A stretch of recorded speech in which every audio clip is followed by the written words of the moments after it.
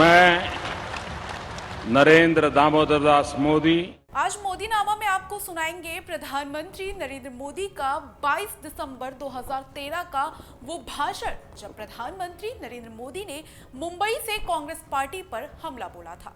मोदी ने कांग्रेस पर हमला बोलते हुए कहा था, देश की समस्याओं का कारण जनता नहीं बल्कि कांग्रेस पार्टी है और देश को समस्याओं से मुक्त कराने के लिए कांग्रेस मुक्त भारत बनाना होगा।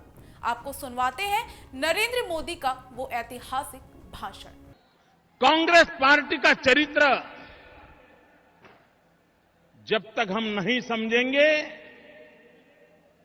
देश की समस्याओं का समाधान नहीं सूझेगा।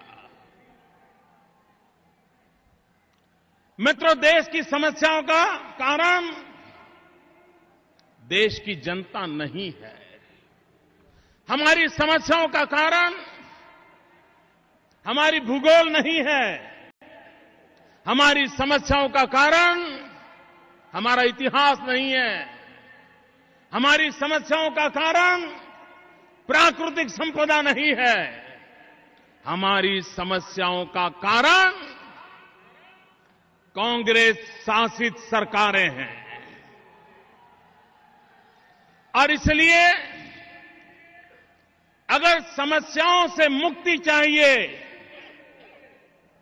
तो उसका एक ही उपाय है, भारत को कांग्रेस से मुक्त करना होगा। कांग्रेस मुक्त भारत, ये सपना हमने साकार करना होगा। यही मुंबई की धरती है। आजादी के आंदोलन में अगस्त क्रांति मैदान से एक गूंज उठी थी, एक आवाज उठी थी, एक ललकार हुआ था, क्विट इंडिया।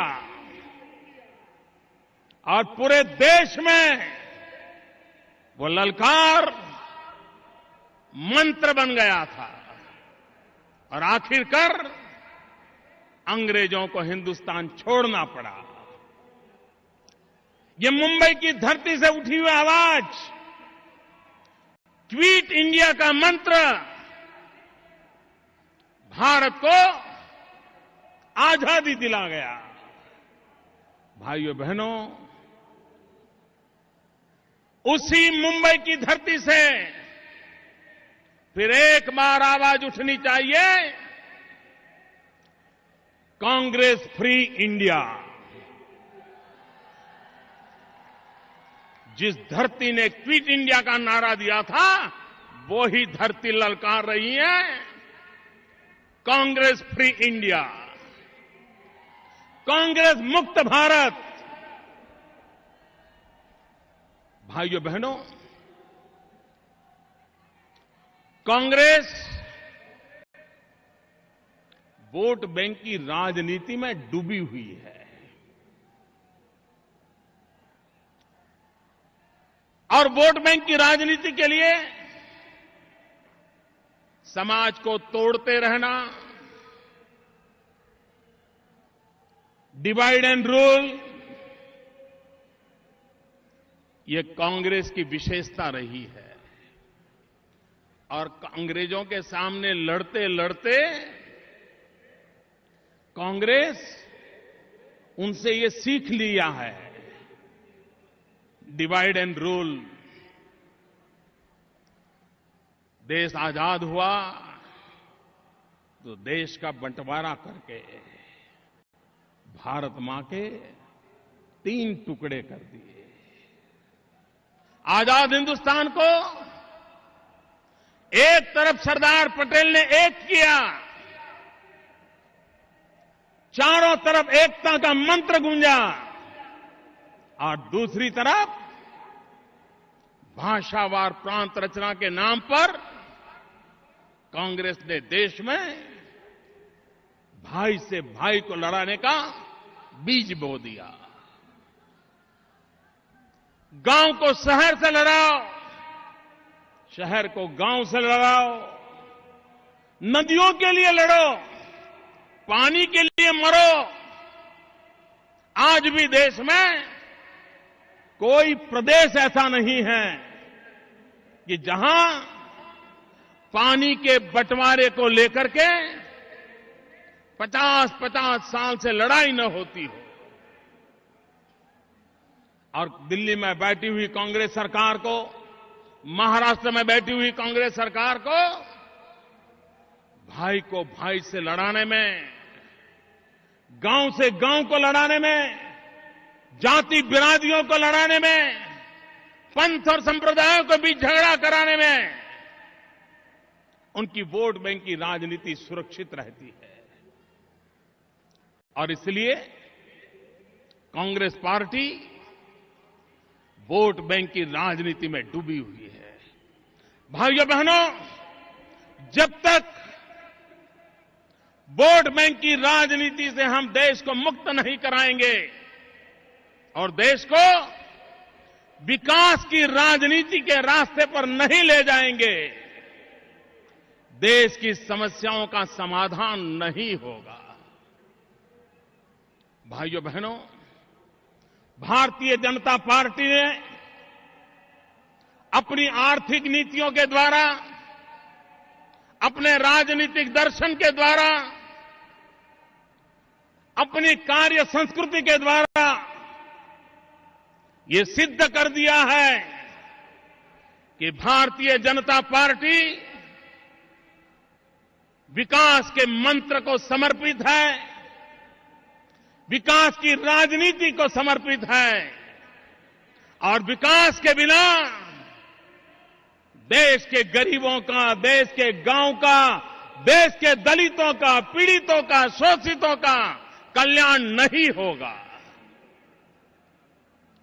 हमारे बगल में मध्य प्रदेश है। अगर मैं गुजरात की चर्चा करूं तो कुछ लोगों के पेट में दर्द होना शुरू हो जाता है, इसलिए मैं गुजरात की चर्चा करना नहीं चाहता हूं। मैं आज मध्य प्रदेश की चर्चा करना चाहता हूं। मध्य प्रदेश बीमारू राज्य माना जाता था। कांग्रेस पार्टी के शासन ने मध्य प्रदेश को बीमारू राज्य बना दिया था, लेकिन शिवराज सिंह के नेतृत्व में भारतीय जनता पार्टी ने विकास की यात्रा को आगे बढ़ाया। आज मध्य प्रदेश बीमारू राज्य के कलंक से मुक्त हो गया। भाइयों बहनों, मध्य प्रदेश में खेती के क्षेत्र में, कृषि के क्षेत्र में कोई ज्यादा प्रगति नहीं होती थी, लेकिन शिवराज जी की सरकार ने, भाजपा की मध्य प्रदेश की सरकार ने सिंचाई के काम को बल दिया। अधिकतम भूमि में इरिगेशन के लिए धन खर्च किया। और भाइयों बहनों, आज मैं गर्व से कहता हूं, कोई जमाना था पंजाब, हरियाणा, उत्तर प्रदेश धान की खेती में नंबर 1 माना जाता था। देश के अन्न के भंडार इस राज्यों से भरे जाते थे। आज भारतीय जनता पार्टी की मध्य प्रदेश की सरकार के प्रयत्नों से, भारतीय जनता पार्टी की छत्तीसगढ़ की सरकार के प्रयत्नों से गेहूं और चावल ऐतिहासिक उत्पादन करके देश के अन्न के भंडार भरने का काम इन सरकारों ने किया है, वहां के किसानों ने किया है, वहां के नागरिकों ने किया है। क्या कारण है कि महाराष्ट्र में सिंचाई के सारे प्रोजेक्ट भ्रष्टाचार के कलंक के साथ खड्डे में जा गिरे हैं? क्या कारण है महाराष्ट्र के किसान को बार बार अकाल झेलना पड़ता है? क्या कारण है महाराष्ट्र के किसान को आत्महत्या करने के लिए मजबूर होना पड़ता है? भाइयों बहनों, भारतीय जनता पार्टी की सरकार होती, विकास का मंत्र होता, तो आज महाराष्ट्र के गांवों की जो दुर्दशा है, आज महाराष्ट्र के किसानों की जो दुर्दशा है, महाराष्ट्र में हजारों किसानों को आत्महत्या करने के लिए मजबूर होना पड़ा है, मैं विश्वास दिलाने आया हूं वो दिन कभी भाजपा के राज में नहीं आते। मेरा किसान सुखी होता, संपन्न होता। लेकिन भाइयों बहनों, कांग्रेस पार्टी को विकास की राजनीति में विश्वास नहीं है। और मैं तो हैरान हूं, सरकार कांग्रेस चला रही है, दिल्ली में सरकार कांग्रेस की है, कांग्रेस के नेता सरकार में हो न हो उन्हीं के इशारे पर सारे काम होते हैं, लेकिन वही लोग जब भाषण करते हैं तो ऐसा लगता है वो किसी और की सरकार के लिए बोल रहे हैं, किसी और देश के लिए बोल रहे हैं। मैं कल कांग्रेस के एक बड़े नेता के भाषण को मैंने सुना और वो भ्रष्टाचार के खिलाफ भाषण दे रहे थे। इनकी हिम्मत तो देखो साहब।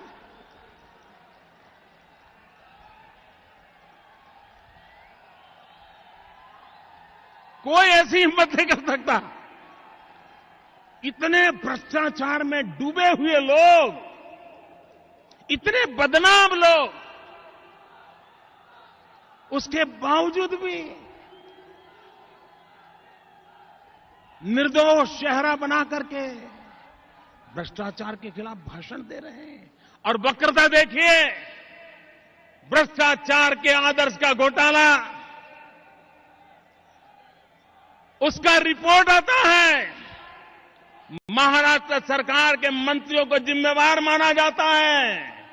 एक तरफ उन भ्रष्टाचारियों को बचाने का निर्णय महाराष्ट्र की कांग्रेस सरकार करती है और उसी समय दिल्ली में उनका एक नेता उपदेश दे रहा है। भाइयों बहनों, ये कांग्रेस को समझना होगा। वे बोलते एक हैं, करते दूसरा है। और वोट बैंक की राजनीति के सिवा भाइयों बहनों, कांग्रेस की पूरी जिंदगी संप्रदायवाद में डूबी हुई है। माइनॉरिटीज्म, संप्रदायवाद एक कांग्रेस की परंपरा रही है। डॉक्टर मनमोहन सिंह जी की सरकार ने जहां मुस्लिम अधिक हो ऐसे 90 जिले छांटे पूरे देश में से, और उनकी भलाई के लिए बड़ी बड़ी योजनाएं घोषित की, बड़ा बजट घोषित किया। हिंदुस्तान के मुसलमान भाइयों को लगने लगा कि चलो अब कुछ भला होगा। अखबारों ने भी बहुत कुछ लिखा, बड़ी वाहवाही हुई। अभी पार्लियामेंट में किसी ने सवाल पूछा कि आपने जो 90 जिलों के लिए योजना घोषित की थी, उन 90 जिलों में पिछले 3 साल में माइनॉरिटी के लिए क्या खर्च हुआ? भाइयों बहनों, मुझे कहना है, ये माइनॉरिटी के वोट का खेल करने वाली सरकार ने पार्लियामेंट में जवाब दिया है कि उस योजना में से 3 साल में 1 रुपया खर्च नहीं हुआ है, 1 रुपया खर्च नहीं हुआ है। ये वोट बैंक की राजनीति कैसी करते हैं, इसका ये जीता जागता उदाहरण है। भाइयों बहनों, गुजरात में भी ऑक्ट्रोय की परंपरा थी, व्यवस्था थी, क्योंकि हम महाराष्ट्र से अलग हुए थे। हमारे यहां रिफॉर्म की दृष्टि से हमने तय किया हम ऑक्ट्रोय निकाल देंगे। गुजरात में से ऑक्ट्रोय हमने खत्म कर दी। 6-7 साल हो गए। महाराष्ट्र में क्या किया? महाराष्ट्र में ऑक्ट्रॉय खत्म करने के नाम पर लोकल बॉडी टैक्स लगाया, एलबीटी। भाइयों बहनों, आप बताइए, परेशान है कि नहीं आप एलबीटी से? एलबीटी के कारण परेशान है कि नहीं है? आप परेशान है कि नहीं है? भाइयों बहनों, ये एलबीटी कुछ नहीं है, ये लूट बांटने की टेक्निक है। ये एलबीटी लूट बांटने की टेक्निक है। भाइयों बहनों, दिल्ली में नेता भाषण कर रहे थे काले धन पर। कोई मुझे बताए भाई, सरकार उनकी है, काला धन रोकने की जिम्मेवारी उनकी है कि नहीं है?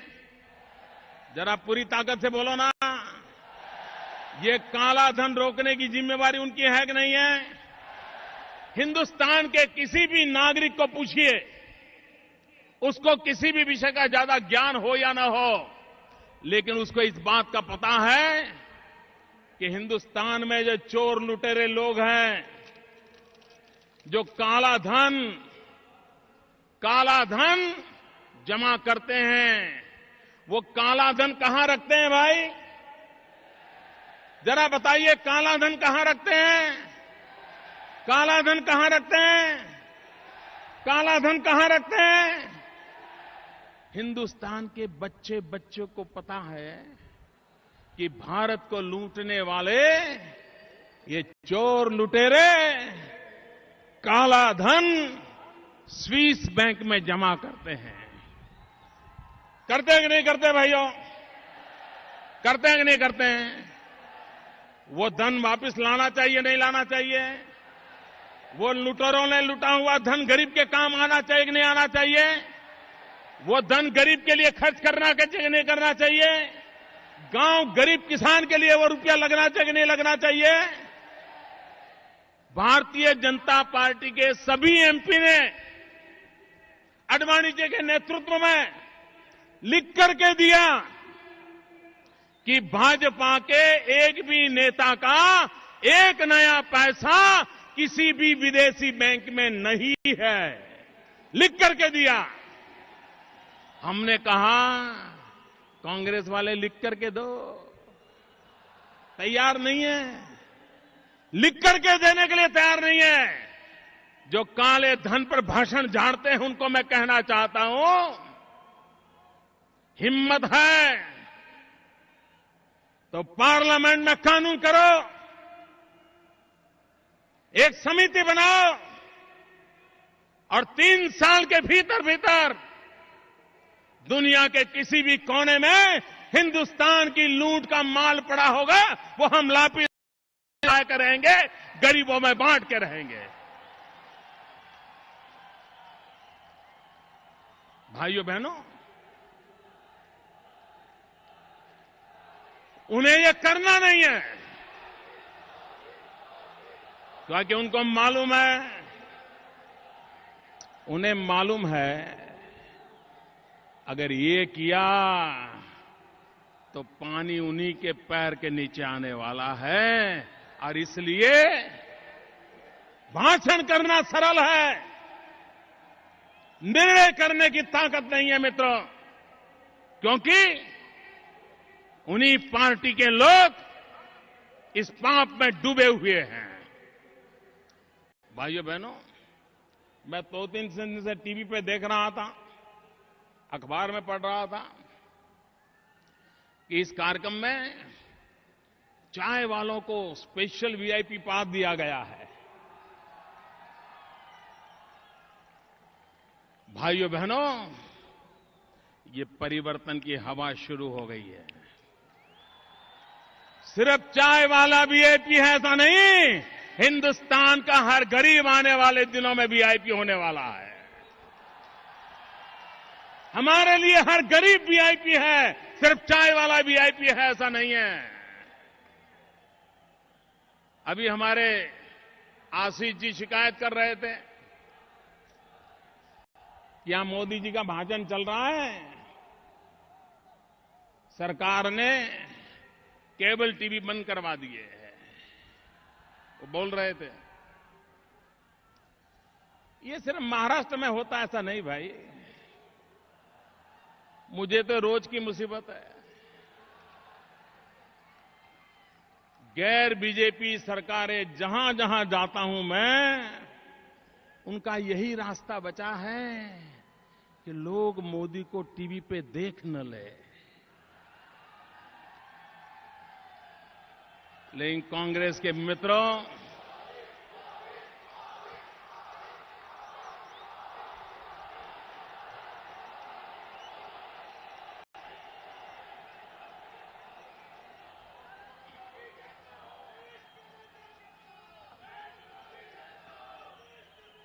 कांग्रेस के मित्रों, कान खोल करके सुन लो।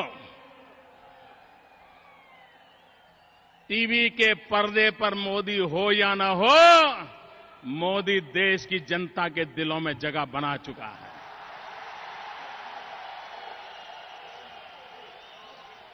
अगर आप ये वीडियो YouTube पर देख रहे हैं तो हमारे चैनल को सब्सक्राइब करें और बेल आइकन को दबाना ना भूलें। अगर आप Facebook पर ये वीडियो देख रहे हैं तो हमारे पेज को लाइक करें।